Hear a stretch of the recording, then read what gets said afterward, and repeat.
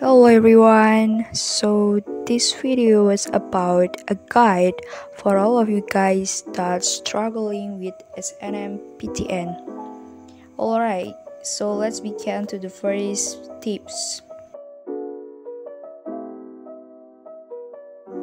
Oke, jadi faktor indeks sekolah itu adalah tentang bagaimana suatu PTN melihat SMA kita.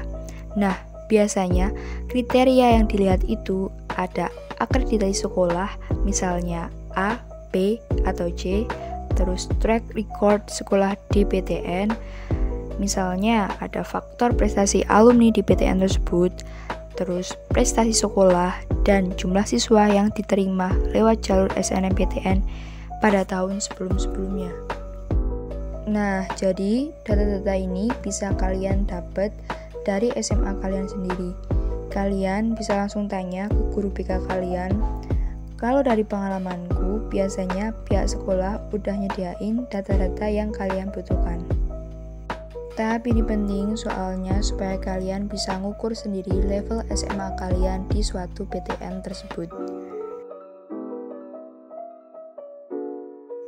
Nah, di nilai rapot ini kalian harus analisis dulu mapel apa yang nilainya paling besar dan paling stabil.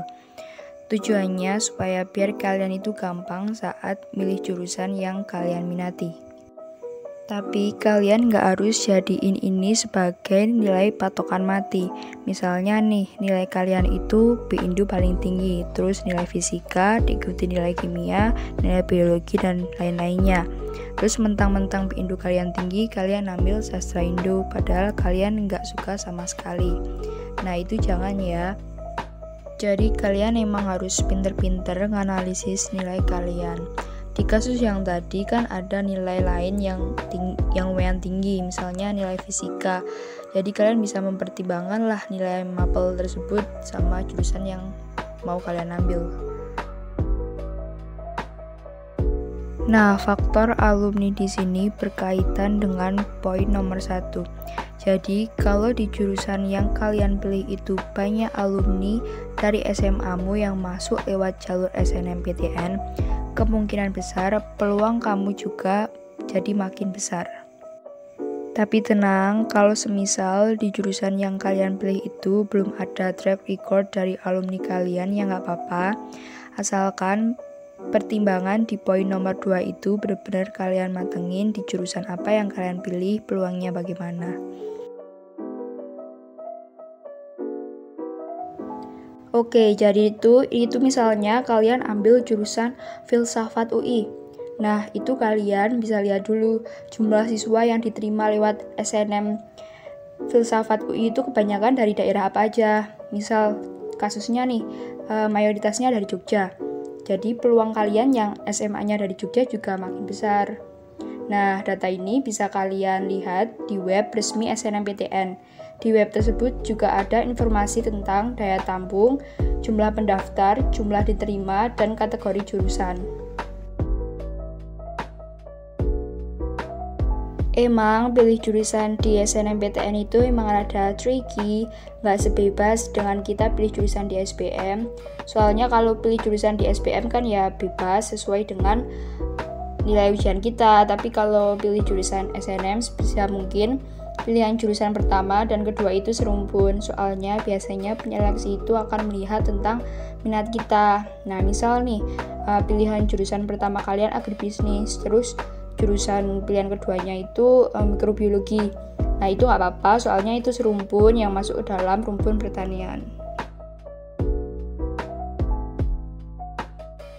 Oke, jadi aku tekanin sekali lagi kalau penilaian di SNMPTN itu bisa dibilang goib dan juga untung-untungan. Berharap sih boleh-boleh aja, tapi jangan lupa buat mempersiapkan SBMPTN karena SBMPTN itu susah dan kita nggak bisa belajarnya cuma dengan cara SKS aja.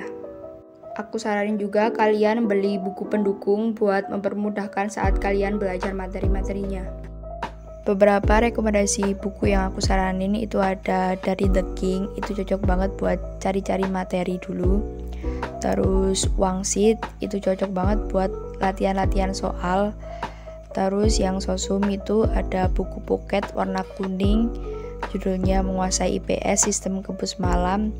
Itu bukunya ringan dan kalau dibawa kemana-mana juga nggak berat dan enak sih kalau dibaca, ringkes juga. Oke, penting banget buat nyiapin mental. Nyiapin mental di sini nggak cuma untuk kemungkinan terburuk kalian gagal SNM. Well, emang itu bakal nyesek banget, tapi kalian harus cepet bangkit dan kembali berjuang di SBM atau UM.